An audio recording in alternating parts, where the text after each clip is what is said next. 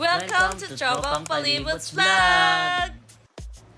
At eto na nga, dahil biglaan tayong nag-crave sa trending na champurado ng The Bistro Loblaw sa Antipolo, Rizal.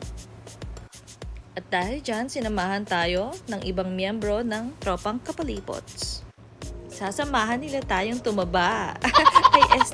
Sasamahan nila tayong puntahan at lakbayin ang ganda ng Antipolo at Tanay Rizal.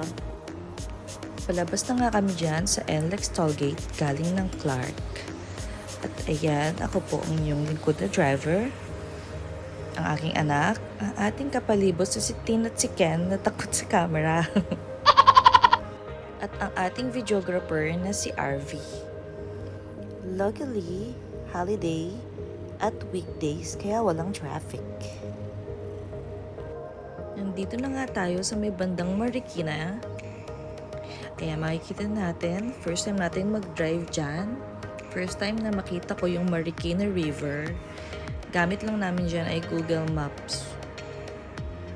In fairness kay Google Maps accurate. And welcome to Antipolo City! Ayan na po ang Central. And then, pagkatapos ay madadaanan na natin ang Antipolo Public Market.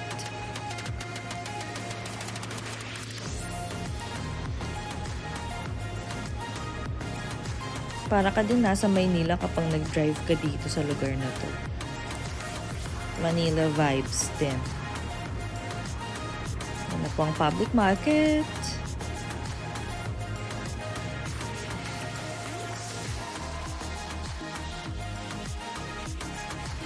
Ilang sandali pa ay nandito na tayo sa The Bistro Loblaw. Touchdown! Ayan o, happy na. Super excited ako dyan dahil matitikman ko na ang aking craving na champurrado. Welcome to Loblaw Hotel. Ako talaga ang nag-volunteer na maglagay ng gatas sa aking champurrado. Happy ang above na to. Kaya init-init champurrado ang cravings. Ano bang trip yan, ha?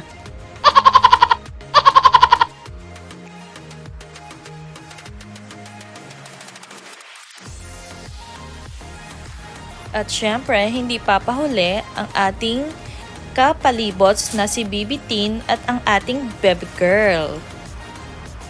How nice, no?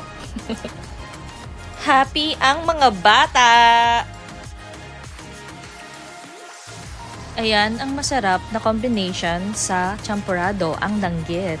Fast forward, dahil ginabi na kami sa daan kakahanap ng campsite, dito kami napadpad sa staycation nila kuya. Diretso kaming swimming while drinking. Syempre, hindi yan papahuli. Spring water ang gamit kaya sobrang lamig. At eto ang mga ilang capture moments. Tamang chill lang kami dyan. While yung aking anak, makikita nyo naman na super likot. Talagang ini-enjoy niya yung summer. Kinabukasan, ayan ang napakagandang tanawin. Talagang probinsya vibes talaga. Nakaka-relax, nakakatanggal ng pagod, ng stress. Talagang therapy. Ang galing no? Minsan yung mga unexpected plans, yun pa yung mga natutuloy. Yung sobrang unfamiliar ka sa lugar, wala kang kaalam-alam. Sarap lang sa feelings. And here are some capture moments. At nag-check out kami. Habang papunta kami sa aming next destination, ay nag-stop over muna kami dito sa napakagandang view sa may Marcos Highway. Hi! Hello!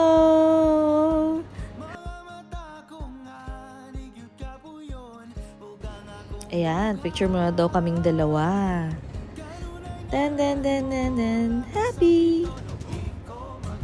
Magandang magmotor dito, apakaganda ng daan. Pero mag-iingat dahil maraming HPG at LTO na nakabantay.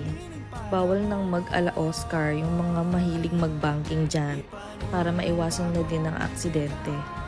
Sayang at nung araw na to, hindi namin nadatnan yung mga namimitik sa Marilaki Highway.